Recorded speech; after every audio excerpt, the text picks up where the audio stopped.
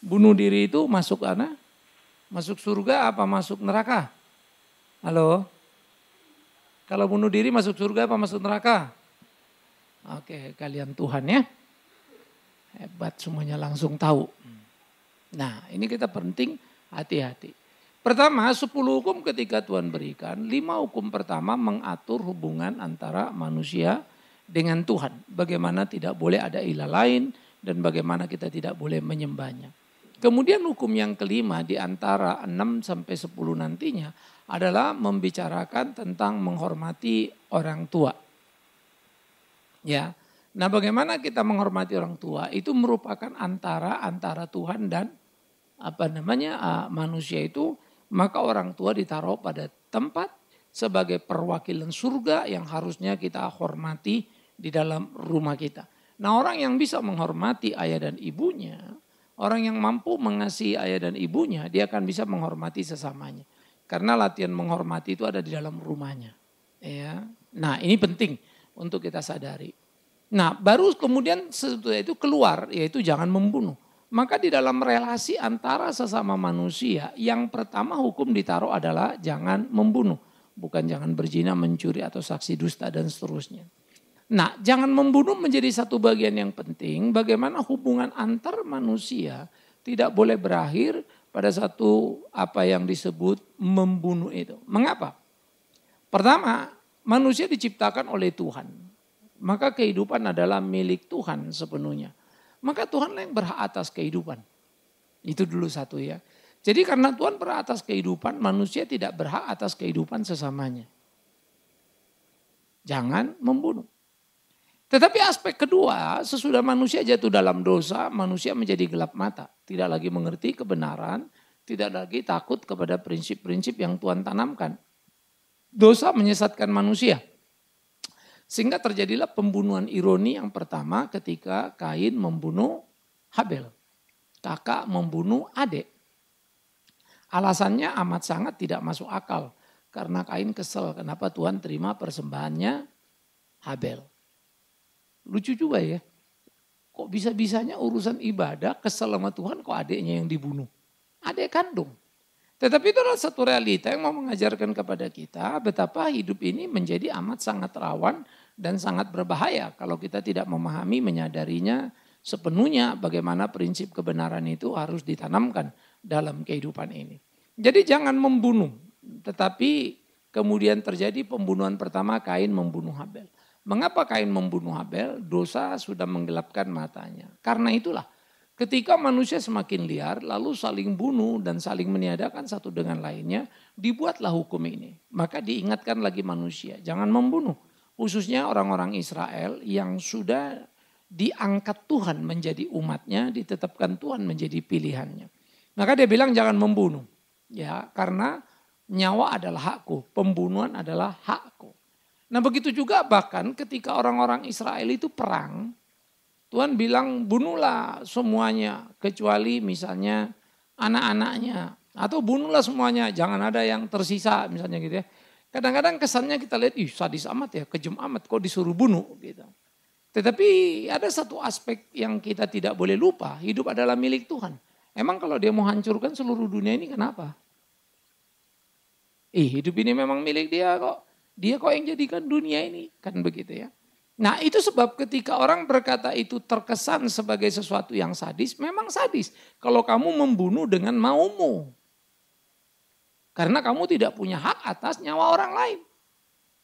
Ya, Tuhan pernah membunuh seluruh isi dunia ini lewat apa? Peristiwa apa? Air bah. Semua mati. Ya. Nah, jadi membunuh adalah hak Tuhan sepenuhnya. Apa, siapa, kapan itu urusan dia. Tetapi bukan hak kita sepenuhnya. Sehingga tidak boleh membunuh siapapun, kapanpun, dimanapun.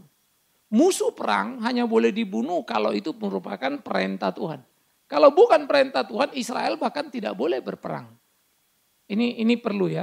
Karena beberapa kali orang Israel Tuhan bilang jangan perang, malah perang. Jadi kacau tuh kerajaan. Ya. Jadi kita juga mesti belajar. Tapi kalau Tuhan bilang maju perang, jangan juga takut seperti kasusnya Barak. Dia takut maju perang untuk melawan Sisera. Lalu sampai akhirnya kemudian Nabi yang ada pada waktu itu yaitu Deborah. Lalu Deborah maju perang dan menang. Ya, Barak ini laki-laki, Deborah itu perempuan. Jadi ada waktu laki-laki kalah sama perempuan. Padahal urusannya medan perang.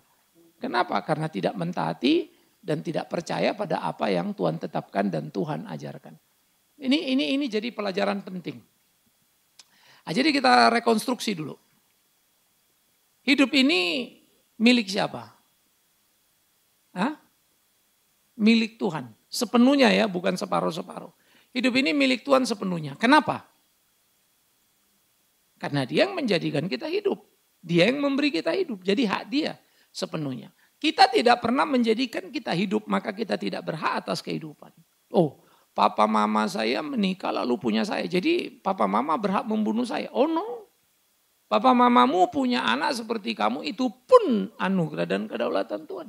Maka papa mama tidak berhak membunuh anaknya. Nah, itu sebab aborsi pun dalam kekristenan masuk dalam kategori pembunuhan.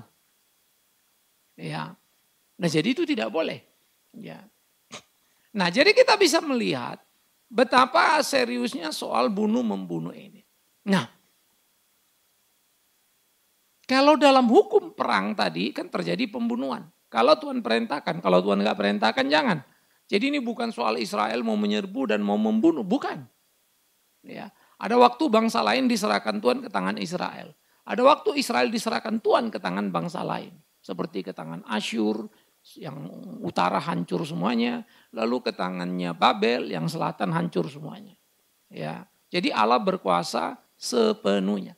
Nah, bagaimana dalam hal pembunuhan yang terjadi sebelum kita masuk ke bunuh diri? Ada beberapa aspek. Pertama, pertemuan yang disengaja berlakulah hukum. Mata ganti mata. Maka nyawa ganti nyawa. Nah, itu pembunuhan yang disengaja. Jadi pada kasus pembunuhan yang disengaja, maka orang yang sengaja membunuh ini harus dihukum bunuh. Artinya dia mati. Jadi kita bisa melihat betapa seriusnya Tuhan terhadap orang-orang yang mencabut nyawa orang lain yang bukan miliknya, yang bukan haknya. Hanya Tuhan yang berhak. Nah, karena itu memang kalau kita memandang ini, wow. Kalau gitu bahaya dong orang ini. Berarti tidak boleh lagi kita membunuh sembarangan. Iya kan? Ya, jadi orang yang membunuh dengan sengaja dan dengan sadar, hukumannya satu, dibunuh. Tapi ada dua hal. Hal kedua apa? Ada orang dibunuh tidak dengan sengaja. Nah, membunuh ini tidak sengaja. Seperti orang membela diri atau satu kasus perkelahian begitu ya. Maka orang ini ada dua aspek. Kalau sampai mengakibatkan kematian dia akan didenda, tapi tidak boleh dibunuh. Nah, denda itu nanti diatur menurut aturannya. Tetapi ada aspek yang ketiga, kalau ada seorang membunuh sama sekali tidak sengaja dan bukan karena keributan. Lalu sesudah ditimbang oleh para tua-tua suku, orang ini sebetulnya tidak terbukti bersalah, tidak melakukan juga itu dengan tidak sengaja. Nah, karena itu untuk tahu sebetulnya dia salah atau tidak salah, orang ini diberi kesempatan lari ke kota yang disebut kota perlindungan. Oh, jadi dia bisa lari ke kota perlindungan. Kalau selama dalam perjalanan dia selamat, sampai di kota perlindungan maka dia tidak boleh diganggu.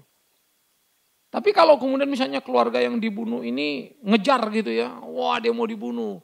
Kalau sampai dia terbunuh maka diyakini bahwa dia memang sebetulnya salah dalam ketidaksengajaan itu. Nah, itulah cara mereka memahami. Nah, pada waktu itu tentu bagi kita orang-orang sekarang ini gila juga ya. Susah benar ngebayanginnya seperti begitu kan. Sehingga banyak film-film itu kan ngejar-ngejar satu orang mau dibunuh sampai dia bisa lolos apa enggak. Ya, ide-ide itu diambil. Sebetulnya itu idenya adalah bagaimana seorang pembunuh mau lari ke kota perlindungan. Ya, sehingga dia seperti menjadi buron tapi bukan buron. Tapi dia mau dibunuh oleh satu kelompok. Kalau sekarang kan jadi satu kelompok yang bikin gitu ya. Nah, jadi itulah yang disebut membunuh. Jadi ada 3 aspek. Pertama, membunuh dengan sengaja. Kedua, membunuh dengan tidak sengaja. Tetapi ada motif salahnya sehingga dia didenda. Yang ketiga, membunuh dengan tidak sengaja dan tidak ditemukan motif pasnya. Sehingga dia boleh lari ke kota perlindungan. Tapi nggak ada orang membunuh lalu bebas sama sekali. Jadi ada satu proses, ada satu suasana yang mesti dilewati, ada satu hukuman yang harus dijalani. Itu Alkitab. Ya. Nah kalau sekarang Tuhan menetapkan ketetapan itu dengan cara bagaimana para pemimpin itu dipimpin oleh Roh Kudus. Tapi kalau sekarang misalnya ada kasus pembunuhan lalu disidang, nah itu pinter-pinternya pembelanya dan bego-begonya jaksanya. Maka si pembunuh ini bisa lolos. Tapi kalau jaksanya hebat, kuat, pembunuhnya nggak bisa lolos. Ya, hakimnya kuat ngikutin, pasti nggak lolos. Ya, nah, jadi di dalam bagian seperti ini karena misalnya kalau di Republik kita mengandung apa yang disebut hukum positif. Sehingga yang namanya kemungkinan-kemungkinan itu seringkali tidak boleh dijadikan dalil. Lah ini juga rawan ini. Padahal kemungkinan yang besar itu tetap bisa menjadi sebuah kebenaran. Nah, tapi kalau nggak ada bukti yang aktual maka tidak berlaku. Itu namanya hukum positif. Ya. Nah sekarang kita mau berbicara bagian yang kedua. Di perjanjian baru. Boleh nggak membunuh? Perjanjian baru bilang nggak boleh membunuh. Sama karena hidup itu milik Tuhan. Bahkan Tuhan bilang begini, kalau dulu kau dengar mata ganti mata, artinya nyawa ganti nyawa. Sekarang aku berkata padamu kalau seorang menampar pipi kananmu, berikanlah pipimu yang kiri. Waduh, bukan balas malah ngasih lagi, istilahnya kan begitu. Sehingga bagi kita sulit sekali membayangkan kok gitu. Itu yang disebut hukum kasih. Maka di dalam hukum kasih, Allah menuntut kita mengasihi sesama kita ya lebih dari ukuran yang bisa kita bayangkan.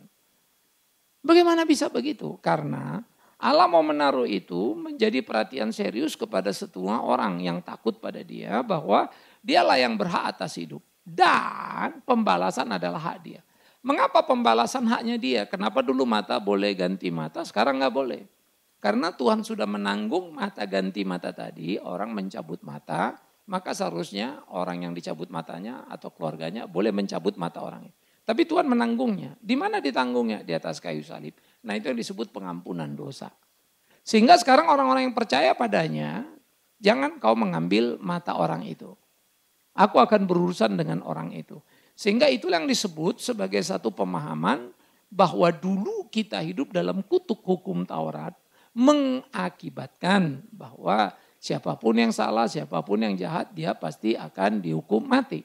Namun ketika kita hidup sekarang di dalam hukum kasih karunia, maka kita tidak lagi boleh melakukan hal di mana kita mengakibatkan sebuah kematian. Kita nggak berhak atas hal itu. Jadi kita perlu berhati-hati sekali untuk hal itu. Nah, oleh karena itu orang tidak boleh lagi membunuh sesamanya untuk alasan apapun. Nanti ini yang menjadi problem di dalam iman Kristen terhadap perundang-undangan misalnya. Hukuman mati boleh apa enggak gitu ya. Ya, maka kalau kita ngelihat Alkitab itu kita nggak bisa lagi ada ruang untuk itu. Ya. Tapi kalau orang mendekatinya dengan PL menjadi ada ruang juga untuk itu dengan berbagai alasan yang ada. Nah kalau Alkitab bilang orang membunuh saja tidak boleh dibunuh apalagi membunuh diri. Sudah pasti kan tidak boleh. Nah oleh karena itu bunuh diri pertama adalah walaupun itu dirimu lalu kamu bunuh lalu kamu bilang aku tidak bunuh orang lain. Aku membunuh diriku. Aku menghabisi hidupku. Salah.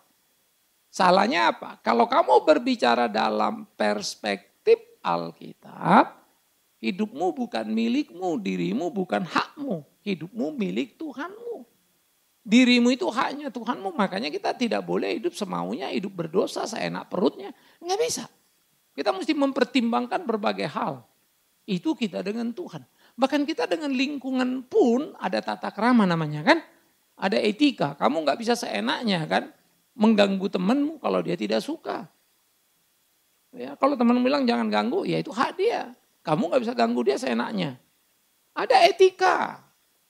Kalau kita ngumpul bareng, lalu mendiskusikan sesuatu, lalu kamu bocorkan diskusi itu keluar. Itu kan sudah nggak beres, itu kan ada etika, ada aturannya kan. Jaga dong gitu. Jangan kamu jadi orang yang tidak bisa dipercaya. Nah semua aturan-aturan itu mengajarkan kepada kita hidup yang tertib. Nah oleh karena itu tadi, dirimu bukan milikmu. Kalau dalam hidup kita ada aturan main, ada etika yang kita sebut, lebih lagi kita dengan Tuhan. Itu kita dengan sesama. Ya, untuk menjaga saling menghormati. Apalagi dengan Tuhan yang melihat kita, mengawasi kita, menjaga kita. Dalih apa yang mau kita pakai lari dari Tuhan? Dalih apa yang kita mau pakai melawan Tuhan? Kan nggak ada. Nah oleh karena itu tidak ada jalan lain. Kecuali kita menaklukkan diri pada apa yang menjadi kehendak Tuhan. Kita harus menaklukkan diri bukan seperempat tapi sepenuhnya. Kita menaklukkan diri kepada Dia. Supaya hidup kita itu hidup yang menjadi berkenan kepada Dia. Hidup yang menyenangkan hatinya.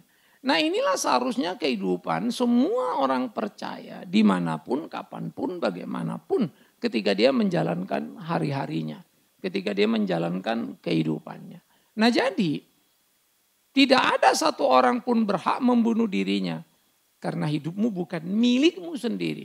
Hidupmu itu sudah jadi milik Tuhanmu. Seperti apa yang Paulus sebut itu di dalam Korintus ya. Hidup ini bukan lagi punya kita sendiri. Karena apa? Karena kita sudah ditebus oleh Kristus dengan darahnya yang kudus di atas kayu salib. Sehingga kita tidak lagi bisa hidup semau kita. Kita harus hidup sesuai dengan apa yang Tuhan kehendaki. Kita harus hidup seperti apa yang menjadi ketetapan kehendak Tuhan di dalam diri kita. Nah, inilah bagian yang perlu kita jaga supaya kita betul-betul menjalankan apa yang menjadi ketetapan kehendak Tuhan sehingga hidup kita itu menjadi hidup yang berkenan kepada Tuhan. Ya, jadi hidup ini bukan lagi milikku sendiri tapi milik Kristus Tuhanku karena Tuhan sudah mati untuk aku. Tetapi kalau aku tidak percaya pada Kristus, hidupku memang sudah mati pada dirinya karena dosa. Tapi waktu aku percaya pada Kristus, aku ditebus, aku punya hidup dan hidup itu bukan milikku. Milik Tuhan. Lah kalau orang gak kenal Tuhan tadi Pak kan dia hidup ya hidup. Hidup itu milik sesuka dia mau bunuh mau hancur gak ada masalah. Kenapa? Karena memang dia mati pada dirinya menuju titik hukumannya. Tapi kita yang sudah diberi hidup menuju hidup yang kekal gak bisa lagi semaunya. Ya. Nah karena itulah kita gak boleh bunuh diri. Jadi prinsipnya jelas dulu ya. Dengan oleh untuk alasan apapun orang Kristen tidak boleh bunuh diri. Ya. Dengan oleh untuk alasan apapun orang Kristen tidak boleh bunuh diri. Ya. Apalagi kalau cuman kamu pacaran terus putus, wah saya mau gantung diri. Aduh, kasihan yang digantungin ya. Ya. Kalau kamu gantung diri di pohon, yang kasihan pohonnya itu. Yang berantem kamu kok aku yang dibebani. Sayang aja tuh pohon gak bisa ngomong ya. Kita tidak boleh terlalu cengeng karena hidup adalah sebuah kompetisi yang harus diselesaikan. Tidak ada hidup tanpa persoalan. Adalah orang cengeng kalau tidak bisa menyelesaikan persoalan. Kita mesti ada di dalam situ membereskan itu. Jadi nggak ada urusan tertekan atau apa. Aspek yang kedua, problem muncul. Bagaimana orang kalau bunuh diri karena depresi? Wah ini jadi repot juga. Ya. Manusia jatuh dalam dosa mengakibatkan. Ada yang disebut sakit jiwa. Gangguan di dalam kejiwaan. Orang depresi itu bisa merasa sangat lonely, tertekan sekali. Sehingga kadang-kadang waktu dia bunuh diri tidak sepenuhnya dia menyadari dirinya. Ya, tidak sepenuhnya dia menyadari dirinya. Sehingga kalau kita ditanya, lah kalau gitu boleh gak bunuh diri karena depresi? Ingat tadi, hakikatnya dia tidak mau membunuh dirinya. Tapi dia tidak menyadari kondisinya.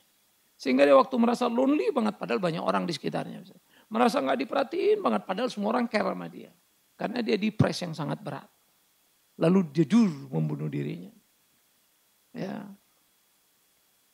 Tetapi ingat, bunuh diri boleh? Tidak boleh. Lah kalau gitu gimana Pak? Gak ada yang bolehkan itu. Tetapi itu yang kita bilang tadi. Dia membunuh dirinya tidak dalam kondisi 100% apa? Menyadarinya. Dia bukan bunuh diri karena frustrasi, karena tekanan ini, karena itu, kecewa ini, kecewa itu. Depresi itu penyakit. Ya, itu penyakit, depresi yang sangat mendalam. Jadi orang kalau sudah depresinya itu tingkat tinggi ya memang sulit sekali. Ya, jadi siapa tuh bintang film Robin Williams ya yang lucu itu ya orangnya ya. Oh, filmnya kalau dia main itu aduh lucunya berkelas lagi begitu ya. Bukan lucu ngebanyol kayak badut begitu.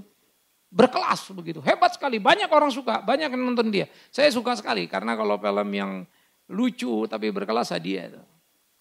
Matinya bunuh diri. Hah? Masa dia bunuh diri? Dia bikin kita ketawa, dia sendiri gak pernah ketawa.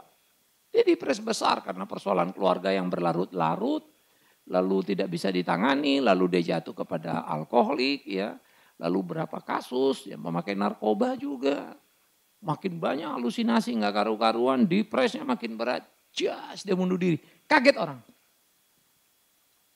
gila. Kalau orang miskin kagak ada kerja bertahun-tahun, nggak ada duit, bunuh diri, kadang-kadang akal kita bilang apa? Ya masih oke lah, ini orang bukan nggak berduit kok. Tapi banyak orang pada tingkat depresi paling dalam itu. Karena itu ya, kita harus belajar hidup ini tidak sesederhana yang kalian lihat. Hidup tidak seenak yang kalian lihat. Kalian lihat si A, enak ya, mobilnya gonta-ganti. Lihat si B, enak ya, rumahnya buset, gede banget loh di Menteng. Ya, tuh kolam renangnya aja, gila, 500 meter. Ya. Rumah kita 100. Kalau rumah kita 5, cemplungin kolam renangnya kecemplung tuh semua tuh. Masuk tuh ke kolam renang dia, nampung itu rumah kita, habis deh semua kita. Gila ya, enak ya. No. Kamu belum masuk ke dalam. Ya. Kamu belum lihat ke dalam kayak apa. Yang mungkin kamu akan bilang, waduh gila, gue sih gak mau udah begitu. Makanya bahagialah dengan hidupmu. Ya, jangan kejar apa yang bukan bagianmu. Jangan miliki apa yang bukan, yang cocok untuk kamu. Ya. Jadi kita mesti bisa mengukur diri kita. Nah ini kita mesti hati-hati. Nah jadi tiap orang yang dijalani, tiap orang yang menjalani kehidupannya, maka mereka hidup seperti apa yang Tuhan kehendaki dalam hari-harinya. Nah mereka-mereka ini melakukan apa yang menjadi ketetapan kehendak Tuhan itu. Jadi orang bunuh diri tidak boleh. Bawa orang karena sakit bunuh diri, kok itu boleh Pak? Bukan. Dia tidak pernah menyadari putusan itu 100%. Tapi karena sakitnya. Baru muncul pertanyaan ketiga, kalau gitu kok Tuhan izinkan dia sakit gitu ya? Sampai dia bunuh diri. Hidup kita di dalam dunia yang sudah sakit. Kita tidak akan terhindar oleh sakit. Tapi sakit ternyata menjadi bagian pembelajaran bagi seluruh orang percaya. Kuasa Tuhan itu tidak pernah kamu bisa ganggu. Dengan melihat orang depres, sakit gitu, ada sakit begini ya Pak, kok sakit jiwa. Maka tahulah kau betapa seriusnya kerusakan dunia ini. Maka waktu ada orang buta sejak lahir, murid-murid tanya, guru ini dosa siapa? Dosa bapaknya? Bukan. Dosa dia? Bukan. Lalu kok buta? Karena Allah ingin supaya Tuhan dipermuliakan dalam dia. Terus kita bilang kan, masa Allah mau dipermuliakan bikin orang buta? No, ternyata kita tahu. Bagaimana kemudian maksudnya itu menunjukkan. Lebih bahagia orang buta itu daripada orang melek, yaitu ahli Taurat itu. Karena dia buta, dia bisa melihat Tuhan. Orang ahli Taurat itu melek, nggak bisa melihat Tuhan. Nuraninya buta. Ya. Ternyata itu maksudnya. Sehingga kita bisa belajar juga dalam hidup kita tentang seorang yang depres, yang luar biasa, yang berat. Yang bisa terjadi dalam kehidupan kita. Dulu ada seorang pendeta sangat terkenal, hidupnya juga sangat oke begitu ya. Rick Warren namanya ya. Anaknya itu depresi. Lalu bunuh diri. Wah itu sempat terjadi pro kontra yang sangat berat. Ini pendeta baik kok katanya serius begini, begono kok gitu. Ya dia menulis bukunya Purpose Driven Life itu. Secara rupiah itu dia dapat bonus ini itu 30M. Lalu satu waktu dia lihat rumahnya, dia pengen perbaiki, mobilnya pengen. Tapi dia bilang udah. Ini cukup, emang rumahnya cukup oke, artinya mobilnya cukup oke. Tidak wah-wah banget. Jadi uang 30M itu dia pakai untuk pelayanan. Nah orang begini loh. Anaknya depres, mati bunuh diri. Saya yakin ya, pasti buat dia guncangan yang berat buat dia dan istrinya. Saya punya dosen, seorang doktor dari Amerika, tulis buku cukup bagus, bobot bagus. Tapi istrinya itu mengalami gangguan kejiwaan sehingga terus menerus makan obat. Kalau nggak makan obat juga bisa depresi istri. Kadang-kadang kita nggak habis pikir ya. Ini istri pendeta, ini begini. Hidupnya baik loh. Kalau brengsek kan gampang jawabannya ya. Yang dasar brengsek lu kan begitu ya. Dasar nggak bisa dipercaya kan. Ini orang baik bener lempeng jalan. Nah itu menjadi bagian misteri yang harus kita perhatikan. Tetapi ingat tadi, mereka tidak punya hak untuk bunuh diri. Dan ketika itu terjadi di dalam sakitnya yang menekan, ia tidak pernah melakukan itu sepenuhnya dalam kesadaran yang sepenuhnya. Baru pertanyaan berikut. Jadi orang bunuh diri itu pertama bisa bunuh diri dengan sengaja karena frustrasi pada hidup ini. Bisa bunuh diri karena tidak bertanggung jawab. Ya, saya juga punya teman pengusaha besar. Tetapi kemudian pas lagi resesi kemarin, aduh dia pegang uang pakai terlalu banyak. Utang bank mendadak seperti jadi raksasa. Ya, karena banyak pakai dolar pada waktu itu. Sehingga dolar yang melonjak naik itu utang dia ngelilit dia udah. Ya, dia orang baik. Hanya dia nggak kuat. Kalau ketemu orang, lu kok ada utang gini, orang nanyain dasar orang baik sih ya. Kalau orang jahat kan bodo amat kan begitu. Kagak ada tahu malu lah kan begitu ya. Mau diomongin apapun gak ada etika. Dia orang yang punya etika. Hanya tapi jadi beban mental. Dia gak kuat dia bunuh diri. Ironis ya. Ya. Sehingga dia gak kuat menanggung kenyataan sebagai seorang Kristen yang melayani. Tapi kemudian dia punya tumpukan persoalan yang tidak mungkin dia selesaikan. Dia jalan pintas, dia bunuh diri. Yang satu lagi yang saya bilang tadi bunuh diri karena kecewa dengan hidup ini. Yang ini bunuh diri karena punya rasa tanggung jawab yang berlebih dari capacity. Ya. Padahal sebetulnya ya sudahlah. Kalau kamu memang gitu ya akui semua. Kamu pilot ya habiskan. Ya mau diapain? Berapa yang bisa dibayar dengan itu bayar. Tapi hidup lagi dari nol. Nah, cuma mungkin selama ini hidupnya sudah ada kelas, lalu kalau dari nol mungkin susah juga kan. Ada yang gak kuat terima itu. Bunuh diri. Jadi orang bunuh diri itu banyak aspek. Tapi aspek ini kita gak akan hitung. Yang kita hitung adalah bunuh diri boleh apa tidak, maka jawabannya tidak. Baru pertanyaan berikut. Bunuh diri bisa masuk surga apa enggak itu? Ya, jadi bunuh diri itu surga apa neraka? Ini pertanyaan rada kejam ya. Karena tidak memberi ruang atau pilihan yang lain kan kurang lebih begitu kira-kira. Nah kita jangan terjebak pada statement yang memang kebanyakan. Tuh orang kalau bunuh diri masuk surga apa neraka ya Pak? Karena pertanyaan ini wilayahnya sudah bukan wilayah kita. Kalau kita bilang kalau orang depresi bunuh diri bisa masuk surga. Kalau yang gak depresi masuk neraka. Ya apa urusanmu dari mana kau tahu itu? Bagaimana kalau the last minute orang lompat dari lantai 30. Yung. Pas lantai 15, Tuhan ampuni aku, gedebuk udah nyampe bawah. Hancur semuanya, mati. Tapi dia keburu bertobat. Kita kan gak ngerti ya. Hah? Seperti penyamun yang di samping Yesus itu. Habis bertobat mati. Who knows? Kita gak ngerti. Maka surga dan neraka harus dalam terang Alkitab itu adalah orang mati masuk surga kalau dia percaya kepada Tuhan Yesus dan melakukan kehendak Tuhan. Orang masuk neraka adalah kalau dia tidak percaya kepada Tuhan Yesus dan menjalani hidup semaunya. Sehingga orang bunuh diri masuk surga apa neraka menjadi sebuah misteri bagi Tuhan.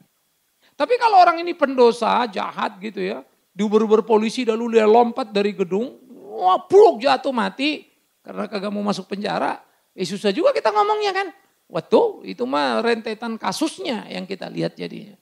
Tetapi tiap orang yang mati bunuh diri itu ada titik-titik antara lompat bunuh dirinya dengan proses matinya itu sampai ke bawahnya. Persekian detik itu ngapain dia?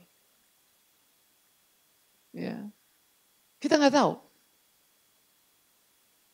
Nah karena itu kita tidak bisa dengan segera, tidak bisa dengan final menyimpulkan orang itu mati karena bunuh diri. Kecuali tadi ya, udah bikin dosa banyak begini bogono.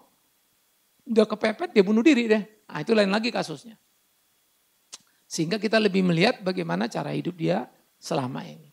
Ya jadi di dalam bagian seperti ini menjadi bagian yang tidak sederhana. Bagaimana menjalani hari-hari kita. Bagaimana menjalani pergumulan kehidupan kita. Nah inilah yang menjadi dilema di dalam seluruh aspek kehidupan yang kita hadapi itu.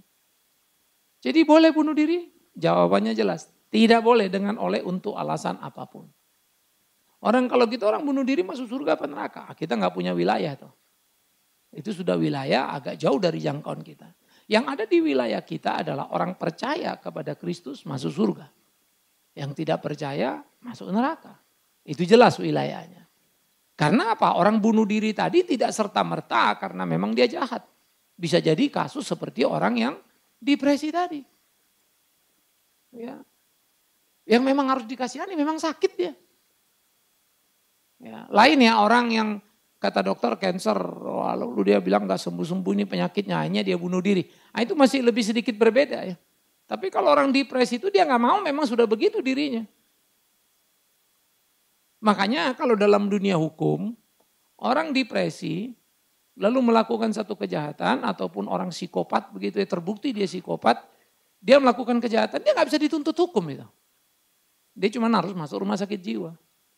Tapi gak bisa dituntut hukum atas apa yang dilakukannya. Ya.